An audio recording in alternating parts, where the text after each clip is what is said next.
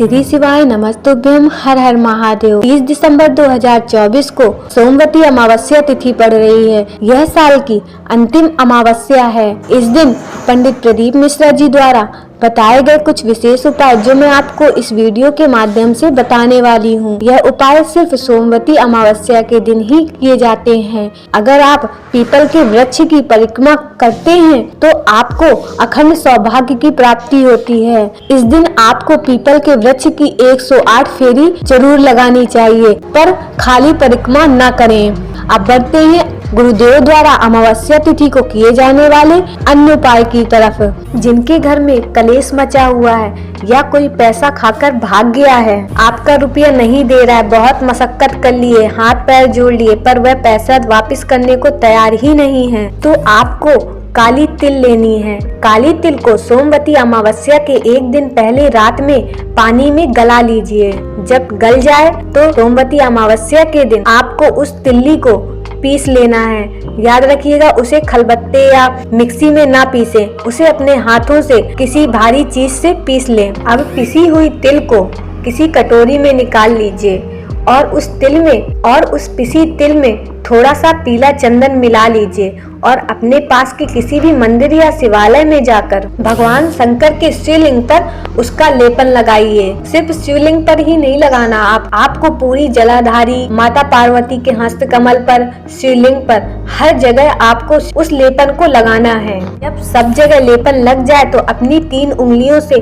भगवान शंकर के शिवलिंग पर त्रिपुंड बना दीजिए। जब आप त्रिपुंड बना दे तो 5 बेलपत्र लीजिए और 5 बेलपत्र को अपनी कामना करते हुए, जिस व्यक्ति ने आपका पैसा खाया है या आपके घर में कलेश है, आप जिस उद्देश्य से यह उपाय कर रहे हैं, अपनी कामना बोलते हुए शिवलिंग पर चढ़ा दीजिए। और जब आप बेलपत्र चढ़ाएं तो डंडी के मुख को जलाधारी की तरफ रखिए। जब बेलपत्र समर्पित कर दे तो एक लोटे जल में आपको थोड़ा सा दूध मिलाकर भगवान शंकर के शिवलिंग पर समर्पित कर दीजिए। याद रखिएगा, सबसे पहले आपको काली तिल का लेपन करना है, फिर 5 बेलपत्र समर्पित करनी है। बेलपत्र समर्पित करने के बाद आपको लोटे में जल और दूध मिले हुए पात्र से भगवान शंकर को जल समर्पित करना है और अपनी कामना बोल देना है। जल समर्पित करते हुए आप अपनी कामना बोल दीजिए कि भोलेनाथ, जिस व्यक्ति ने आपका पैसा खाया है, जिसने मुझे इतना कष्ट दिया है, वह मेरा पैसा खुद ब खुद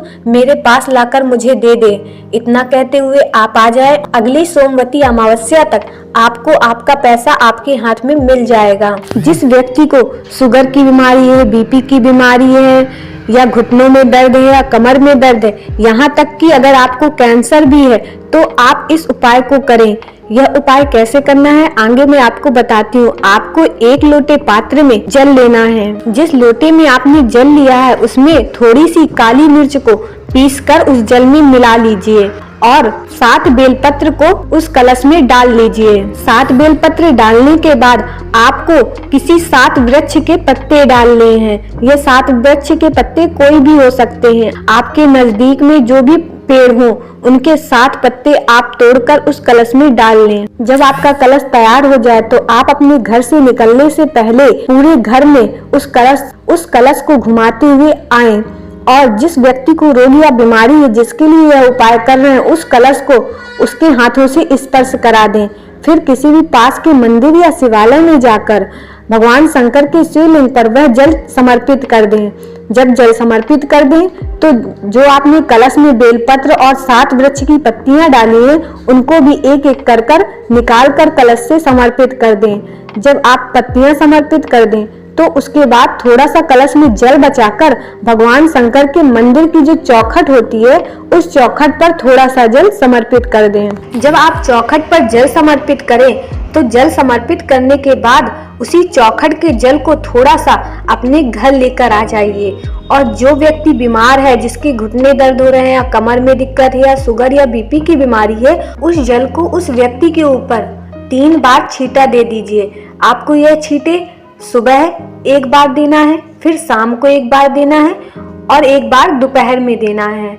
3 बार 3 छींटे आपको देने हैं। छींटा देते समय बाबा विश्वनाथ से प्रार्थना करिए, भोले शंकर से प्रार्थना करिए कि मेरे कष्ट को, मेरे रोग को, मेरी बीमारियों को दूर करें। और शाम के समय आपको एक घी का दीपक अपने घर के चौखट पर जलाना है। जब आप घी का दीपक जलाएं तो आपको पुनः प्रार्थना करनी है कि मेरे कष्ट को, मेरे रोग को, मेरी बीमारी को भगवान भोलेनाथ दूर करें। अब बढ़ते हैं अगले उपाय की तरफ। अगर कोई बच्चे एग्जाम में बैठ रहे हैं पर वह पास नहीं हो पा रहे, 1 नंबर से 2 नंबर से रुक रहा है, या परीक्षा दे रहे हैं पर रिजल्ट नहीं आ रहा है, या इंटरव्यू होने वाला है, तो आपको यह उपाय करना है।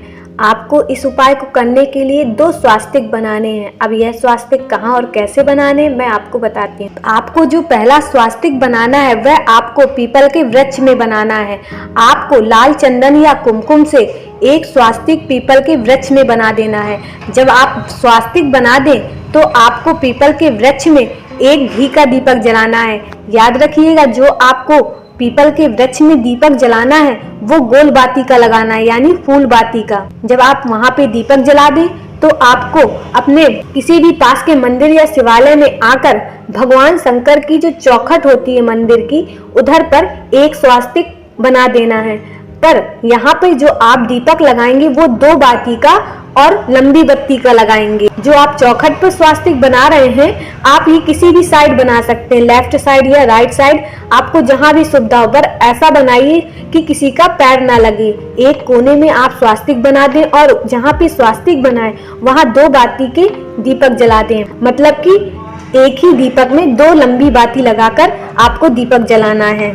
और जो आप चौखट पर दिया लगा रहे हैं उसका मुख अपनी साइड पर रखिएगा और उस दिए को स्वास्तिक के ऊपर रख दीजिएगा। उस चौखट पर अपना सर रखकर प्रणाम कर अपनी कामना करते हुए आइए, आपके जीवन में सफलता अवश्य आएगी। आप जो नौकरी चाहते हैं, आप जो इंटरव्यू देने वाले हैं, आपकी जो परीक्षा होने वाली है, आपको उस क्षेत्र में सफलता जरूर मिलेगी। अब बढ़ते हैं अगले उपाय की तरफ। जिन लड़का लड़कियों का विवाह नहीं हो रहा, जिनकी उम्र 30 साल, 35 साल, 40 साल हो गई है, उनका विवाह हो ही नहीं रहा है, तो आपको सोमवती अमावस्या के दिन पीपल के वृक्ष की पूजा आराधना कर 7 परिक्रमा करनी है। यह परिक्रमा आपको कच्चे सूत से करनी है। जब आप परिक्रमा कर लें, अपनी कामना बोल दें और बोलकर आ जाएं। ऐसा करने से अगली सोमवती अमावस्या तक आपका विवाह अवश्य होगा। अगर वीडियो में बताई गई जानकारी आपको अच्छी लगी हो तो वीडियो को लाइक, चैनल को सब्सक्राइब और शेयर कर दें। हर हर महादेव।